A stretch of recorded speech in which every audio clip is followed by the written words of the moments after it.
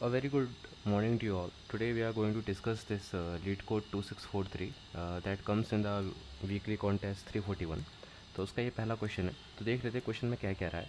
कह रहा है कि given a m cross n binary matrix MET, find the zero index position of the row that contains the maximum count of ones and the number of ones in that row. In case there are multiple rows that have the maximum count of ones, the row with the smallest row number should be selected. Return an array containing the index of the row and the number of ones in it. Okay तो question में देख लेते हैं कि question में कहना क्या चाह रहा है ना. तो सपोज़ करिए उन्होंने कहा कि जैसे आपके पास एक ना बाइनरी मैट्रिक्स से रखी है. उन्होंने अब सबसे पहले आपसे ये कहा था क्या है आपके पास एक बाइनरी मैट्रिक्स है. ठीक है, अब जो बाइनरी मैट्रिक्स है बाइनरी मैट्रिक्स से रखी है. बाइनरी मैट्रिक्स का मतलब क्या हो गया कि either the elements of the matrix that can be zero और वन. कि मतलब इनके आपके पास सिर्फ दो पॉसिबिलिटी हैं कि या तो वो एलिमेंट ज़ीरो होगा या फिर वन होगा. बाइनरी का मतलब ये हो गया. बाई मतलब क्या होता है? बाई मतलब होता है टू. ठीक है, तो बाइनरी का मतलब होगा कि जो एलिमेंट्स होंगे ना वो ज़ीरो होंगे या फिर वन होंगे. तो सपोज़ करिए मैं आपको एक एग्जांपल देता हूँ. आपके पास एक बाइनरी मैट्रिक्स है 0 0 1 1 0 1 0. ओके, 0 1 2 3 4 5 6. ओके, सो फिर दूसरा हो गया 1 1 1 1 0 1 1. ओके, और लास्ट रो है जिसमें सब ही वन है. ठीक है, आपके पास कुछ ऐसा उन्होंने दे रखा है. ठीक, अब आपसे पूछा उन्होंने आपसे कहा कि देखिए इसमें आप ना रो का काउंट करिए वन के. तो इसमें कितना वन है? एक है, दो है और तीन है. तो इसमें काउंट ऑफ वन कितना हो गया? थ्री हो गया. इसमें काउंट ऑफ वन कितना हो गया? 1 2 3 4 5 6 6 हो गया. इसमें कितना हो गया? 1 2 3 4 5 6 7. ठीक है, 7 हो गया. अब उन्होंने आपसे क्या कहा ना, उन्होंने आपसे कहा कि आपको वो वाली रो बतानी है, आपको वो वाली रो बतानी है और जिसमें वो वाली रो कौन सी बतानी है जिसमें मैक्सिमम नंबर ऑफ वंस हो. मैक्सिमम नंबर ऑफ वंस हो. तो अभी तक आपको मैक्सिमम नंबर ऑफ वंस किस में दिख रहे हैं? आपको सबसे ज़्यादा मैक्सिमम दिख रहे हैं 7 वाले में. तो आपका इस स्पेसिफिक बाइनरी मैट्रिक्स के लिए आंसर क्या हो जाएगा? तो आपको पहले क्या बताना है? आपको पहले रो बताना है ना. आप अगर यहाँ पे देखो, return an array containing the index of the row and the number of ones in it.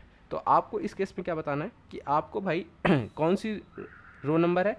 तो आपको पता होगा कि जो प्रोग्रामिंग में जो इंडेक्सिंग स्टार्ट होती है वो जीरो बेस होती है. तो ये क्या आपका रो नंबर कितनी आ गई? 2 आ गई. तो आप इसके लिए आपका आंसर क्या जाएगा? 2,7 vector. So as the easy is this question is कि आपको क्या करना है ना, आपको एक बाइनरी मैट्रिक्स दे रखी है. आपको एक बाइनरी मैट्रिक्स दे रखी है 1 1 1 0 1 0. सपोज करिए 0 एंड देन 1 1 1 1 1. आपको क्या करना है? आपको काउंट लेना है. आपको काउंट लेना है किसका? वंस का. आपको हर एक वंस का काउंट लेना है और जिस भी रो में मैक्सिमम वंस होंगे वो हमारा आंसर होगा. ठीक है, तो आप क्या करेंगे? सबसे पहले हम करेंगे कि चलो ठीक है भैया, आंसर हमारा एक रो हो गया 0 मान लेते हैं अभी, और अभी काउंट कितना है? 1 का 0 है. तो जब हमने 0 रो पे गए, हमने कहा कि एक let me change the colour.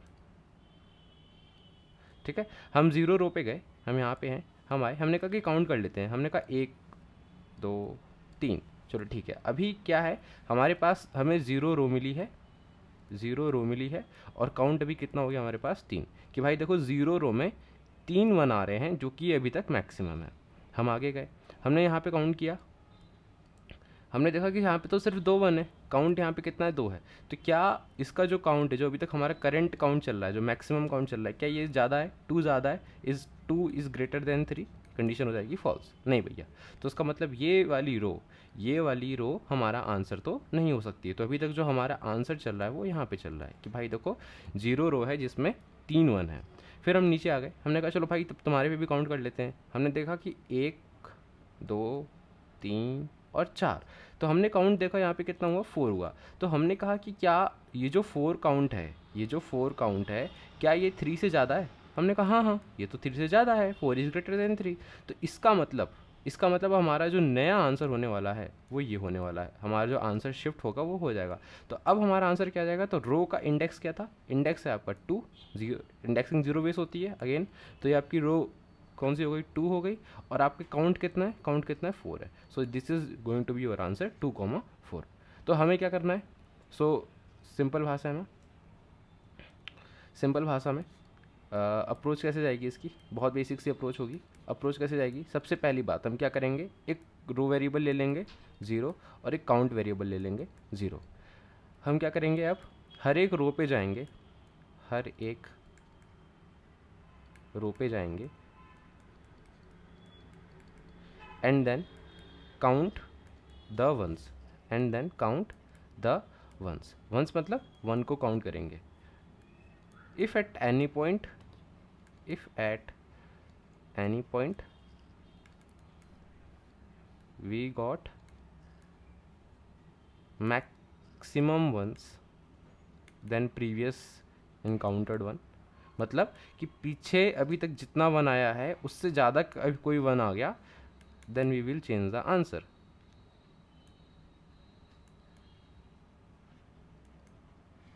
then we will change the answer। अब एक बात क्या होती है, सपोज करिए कुछ ऐसा होता आपका, ऐसा कुछ होता, ठीक है, 0 0 1 0, एक हो गया 1 1 1 1 1 1 1 1।